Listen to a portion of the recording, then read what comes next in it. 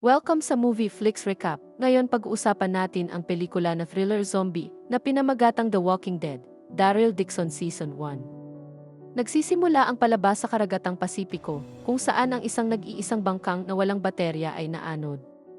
Ang lalaki, na nagngangalang Daryl, na nakaligtas sa pagsiklab ng zombie virus, ay pagod at disoriented at walang ideya kung gaano siya katagal sa dagat.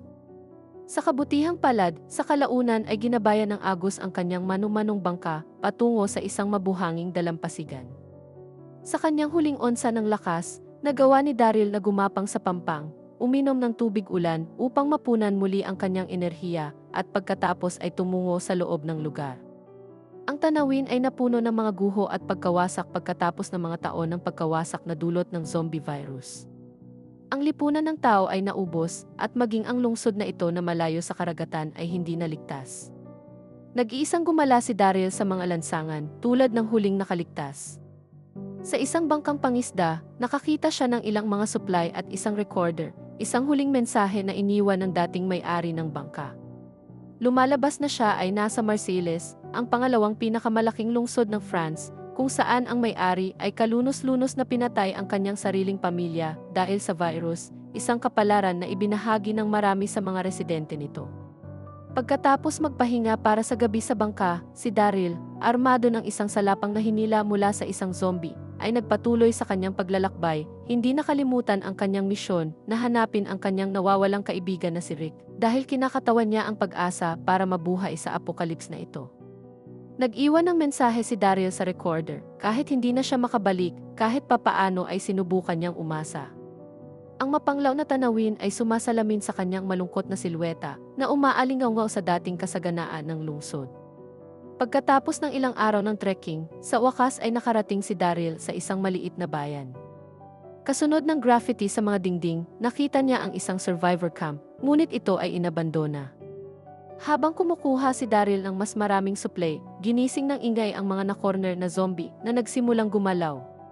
Sa kabila ng pagkawala ng kanyang crossbow, si Daryl, nakilala sa kanyang mga kasanayan sa pakikipaglaban, ay mabilis na nagpadala ng mga zombie. Ang mga zombie na ito ay hindi karaniwan, ang kanilang mga likido ay lubhang kinakaing unti-unti, at ang braso ni Daryl, na nasugatan sa labanan, ay nagsimulang mabulok ng mabilis. Nilabhan niya ito ng tubig at binalot ng gasa. Pagkaraan ng ilang oras, narating ni Daryl ang isang sirasirang nayon, kung saan sa wakas ay nakatagpo siya ng ibang mga tao. Isang babaeng nagsasalita ng Ingles ang nagsimulang makipag-usap kay Daryl. Inihayag niya na ang isang matandang lalaki ay nangangailangan ng agarang gamot para sa pinsala sa binti. Nag-alok sila ng pagkain kapalit ng mga medikal na supply na nakuha ni Daryl mula sa kanyang bangka. Sa sandaling iyon, huminto ang isang pickup truck at tumalon ang dalawang lalaking may rifle. Kinuha ang mga gamit ng lahat at sinubukang dukutin ang babae. Dahil hindi makatayo, sinaksak ni Daryl ang isang lalaki sa leeg habang pinaputukan siya ng isa.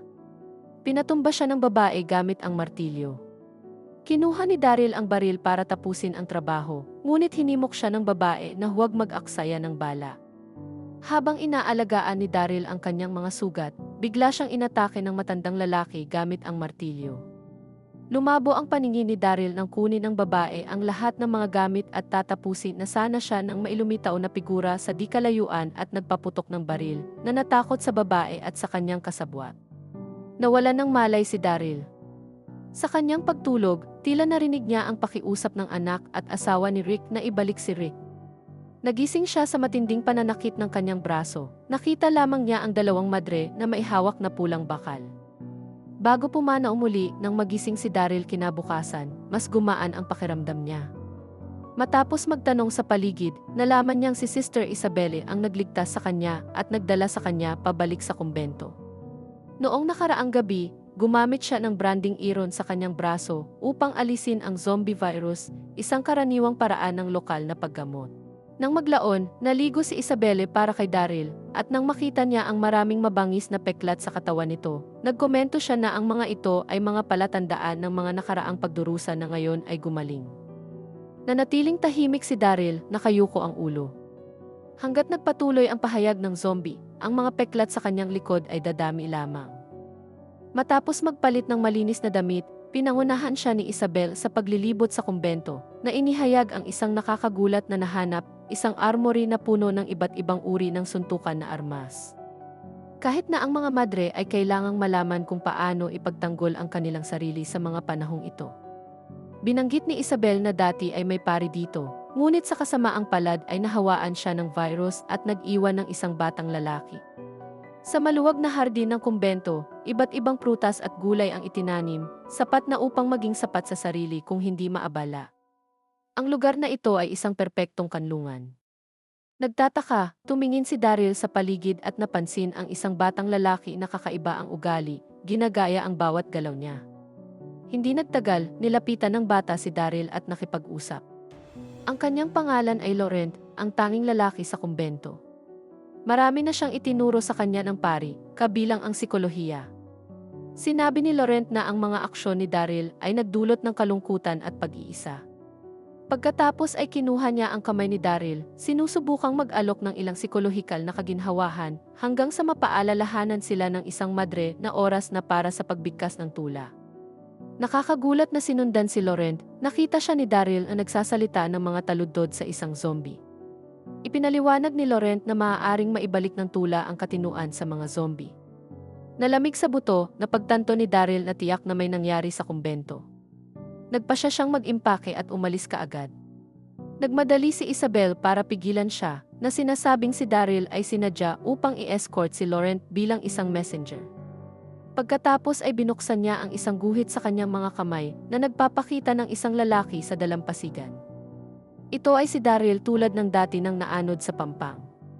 Nang makita ang naguguluhan na ekspresyon ni Daryl, ipinagpatuloy ni Isabel ang kanyang paliwanag. Isang santo ang minsang nagpropesya na si Laurent ay lumaki sa isang hilagang komunidad upang maging isang pinuno na mangunguna sa muling pagkabuhay ng sangkatauhan. Sa orihinal, dapat siyang i-escort ng pari sa hilagang komunidad, ngunit sa kasamaang palad ay nakontrata niya ang zombie virus 6 na linggo na ang nakakaraan. Nang makita si Daryl na lumaban sa estate, naniniwala si Isabel na siya ang pinakamahusay na kandidato para dalhin si Laurent sa komunidad. Gayunpaman, hindi pinansin ni Daryl ang kanyang mga pakiusap at naghanda na pumili ng ilang armas at umalis sa kumbento. Samantala, biglang napahinto ng kotse ang babae at ang matandang lalaki na dati nang nagnakaw ng mga gamit ni Daryl. Hiniling ng may totoo na pinuno ng grupo na malaman kung nakita nila ang kanyang mga tauhan. Sinubukan ng matanda na magsinungaling ngunit brutal na binugbog ng may totoo na pinuno. Nataranta, umamin ang babae na nakita nila sila. Mabilis na sumingit ang matanda, nagtatanong kung may gantimpala para sa impormasyon, na agad lamang napatay sa pamamagitan ng isang suntok mula sa may totoo na pinuno. Ang babae, na hindi na nangangahas na linlangin sila, hayaan ang sarili na kunin ng grupo. Hindi nagtagal ay nakarating sila sa nayon kung saan naganap ang labanan kanina. Natagpuan ng may totoo na pinuno ang kanyang mga tauhan na ngayon ay naging mga zombie, kabilang ang kanyang sariling kapatid, na gustong kagatin siya gamit ang mga hindi na sipilyo ng ngipin. Sa pag-aatubili, ipinadala niya ang kanyang kapatid upang kagatin ang zombie na si Satanas sa impyerno. Ang kanyang mukha ay nagpapakita ng matagal na sakit. Nang makita iyon, mabilis na sinisi ng babae ang lahat sa isang mahabang buhok na Amerikano na tinutukoy si Daryl. Sa sandaling iyon, may nakakita ng brochure para sa kumbento. Ibinaba ang sexy na babae nang walang anumang panliligalig. Ang may totoo na pinuno ay sumugod patungo sa kumbento, galit na galit. Samantala, nang matapos ni Daryl ang pag-iimpake ng kanyang mga bag, handa nang umalis, kumaway si Laurent na nagpapahiwatig na muli silang magkikita. Ngunit hindi sumuko si Sister Isabel sa paghikayat sa kanya. Iginiit niya na si Laurent ang pag-asa ng sangkatauhan. Sinabi niya kung ang propesiya ay napatunayang mali, hindi bababasa siya ay gumawa ng isang mabuting gawa sa pamamagitan ng pagbibigay sa bata ng pagkakataon para sa isang mas magandang buhay sa komunidad. Ngunit paano kung ang hula ay napatunayang tama? Si Daryl, gayunpaman, ay nanatiling malamig at hiwalay, sinabi na hindi mahalaga sa kanya. Pagkatapos ay tiyak na umalis siya sa kumbento, ngunit hindi nagtagal ay lumabas na siya, kaysa napansin niya ang isang grupo ng mga armadong milisya na patungo sa kumbento. Sa pagharap sa mga nagbabantang bariles ng kanilang mga baril, ang matandang madre ay walang pagpipilian kundi buksan ang pinto, na nagpapahintulot sa kanila na maghanap sa lugar. Gayunpaman, ang mga madre na ito ay hindi pushovers. Lahat sila ay armado at handa na para sa isang labanan. Umikot ang may totoo na pinuno at ang kanyang mga tauhan, ngunit hindi nakita ang mahabang buhok na si Daryl. Sa halip, dumating sila sa zombified priest. Sa sobrang galit, inutusan ng pinuno ang kanyang mga tauhan na patayin ang zombie priest. Si Laurent, na nagtatago sa isang lihim na silid, ay nakita ang pari na nagpalaki sa kanya na huminga at pabigla-bigla na lumabas, handang makipagbuno sa kanyang payat na kalamnan sa kanila. Sa isang mundong nasakop ng mga zombie, ang isang batang lalaki tulad ni Laurent ay isang napakahalagang mapagkukunan. Inutusan ng pinuno ang kanyang mga tauhan na kunin si Laurent, ngunit sa sandaling iyon, lumitaw si Daryl upang ibaluktot ang kanyang mahabang buhok at peklat na nagdulot ng pagkagambala. Nagkalat ang mga magnanakaw, sa halip ay hinabol siya, naiwan lamang ang tatlong lalaki upang habulin ang tumatakas na batang lalaki. Gayunpaman, hindi nagtagal ay pinigilan sila ng isang grupo ng mga madre na maihawak na malamig na armas. Habang lumilipad ang mga bala, sumulong ang mga madre na hindi tinatabla ng bala na hinimok ng pag-asa. Samantala, si Daryl ay nahuli sa isang matinding pakikipaglaban sa tumutugis na milisya. Bagamat nagawa niyang kunin ang ilan sa kanilang mga numero, ang kanyang mga pinsala ay hindi pa ganap na gumaling at kalaunan ay natumba siya ng pinuno na may totoo na mukha. Sa kabutihang palad, dumating si Sister Isabel sa tamang oras upang tumulong. Nakuha ni Daryl ang isang pistol, ngunit nagawa lamang niyang tamaan ang braso ng pinuno. Habang naghahanda siyang kumuha ng isa pang putok, nakita niyang walang laman ang baril at walang magawa lang siyang manood habang papaalis ang pinuno. Pagbalik sa kumbento, natagpuan ni Daryl ang hardin na puno ng mga katawan ng mga madre. Tiniyak ng kanilang sakripisyo ang kaligtasan ni Laurent.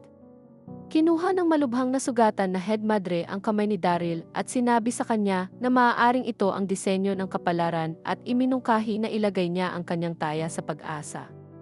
Nang makita ang hindi natitinag na ekspresyon ng punong madre, kahit sa kamatayan, nagkaroon ng epiphany si Daryl. Marahil ang pag-asa na dapat niyang ituloy ay hindi ang grupo ni Rick, kundi ang lakas ng loob na akayin ang sangkatauhan mula sa krisis sa zombie na ito. Sa wakas ay nakahanap si Daryl ng bagong misyon upang i-escort ang batang Laurent sa komunidad ng survivor sa Hilaga.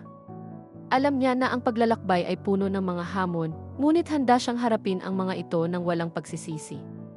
Samantala, sa isang daungan sa Hilagang France, isang kapitan ng barko ang nagulat sa pinuno na ang isang bilanggo na nagngangalang Daryl ay nag-udyok ng isang pag-aalsa na naantala ang kanilang pagbabalik ng ilang buwan. Bagamat nagnakaw siya ng bangka at malamang na nalunod sa dagat, iginiit ng babaeng pinuno na walang awa gaya ng dati na nang hindi nakikita ang katawan ni Daryl, dapat nilang patuloy na hanapin siya.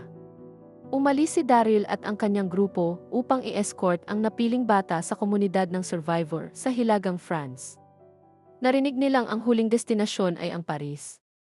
Nahulog si Sister Isabel sa mga alaala ng kanyang buhay bago sumiklab ang zombie virus. Siya ay nanirahan sa mataong Paris na pinamunuan ang isang marangyang pamumuhay hanggang sa isang nakamamatay na araw. Sa kanyang pag-uwi, nakita niya ang mga taong nag-aaway, kaya umatras siya at lumiko patungo sa istasyon ng subway at nakita niyang hindi bumagal ang paparating na tren. At bago natin ipagpatuloy, please like and subscribe. Comment for part 2.